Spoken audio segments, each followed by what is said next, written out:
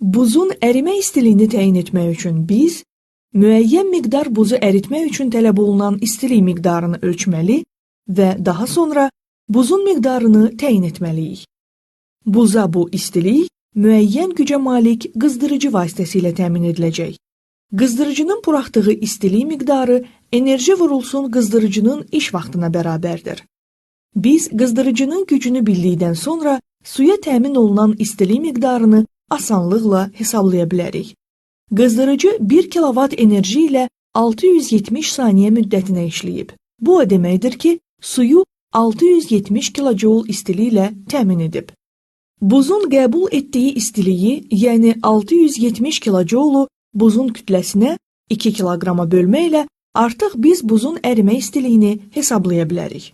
Ona görə də buzun ərimə istiliyi təxminən 1 kiloqrama 335 kilojoule düşür.